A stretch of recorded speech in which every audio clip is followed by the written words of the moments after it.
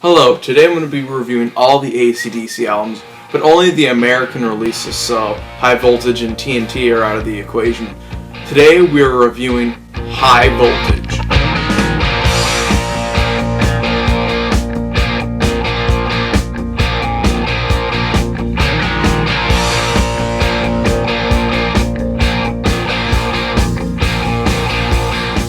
Now this album came out sometime in the 70s. The artwork is very, very, very cool. One of my absolute favorite ACDC album covers. It's very simple but very cool. Whenever I think of ACDC, I always think of this album cover because it's just that cool and iconic. Even if you're not a big fan of this album, you have to admit the artwork's pretty cool. This album's production is very, very good. All their albums have a very good production. They always have that awesome Australian sound to them, and they are an Australian almost metal band. Some argue if they're metal or rock. I believe they're hard rock. They kind of have this cool Australian sort of thing to them. It's really cool. The production of all their albums sounds the exact same. All the guitars are always high up in the mix, and they always have that cutthroat sound.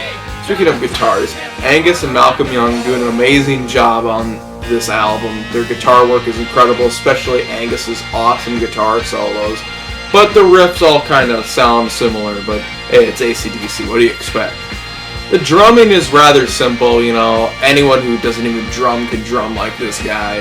The bass is almost inaudible because the guitars are so much higher in the mix and the production is so thin. But the vocals from Bon Scott are absolutely incredible. He delivers with this awesome, dirty sort of poetry, especially on this album. There are so many iconic songs on here that are always playing ACDC's sets all the time, sometimes even in commercials. How can you forget the first track on the album? It's just the most iconic song that they have.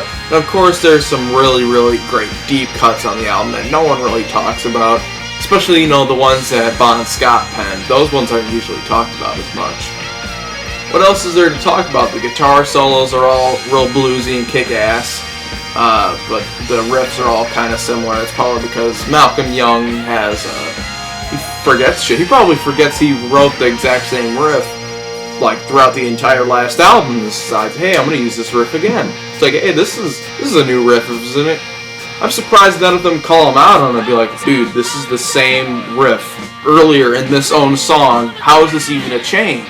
And you gotta love that funny song about balls on the album. That shit's just original.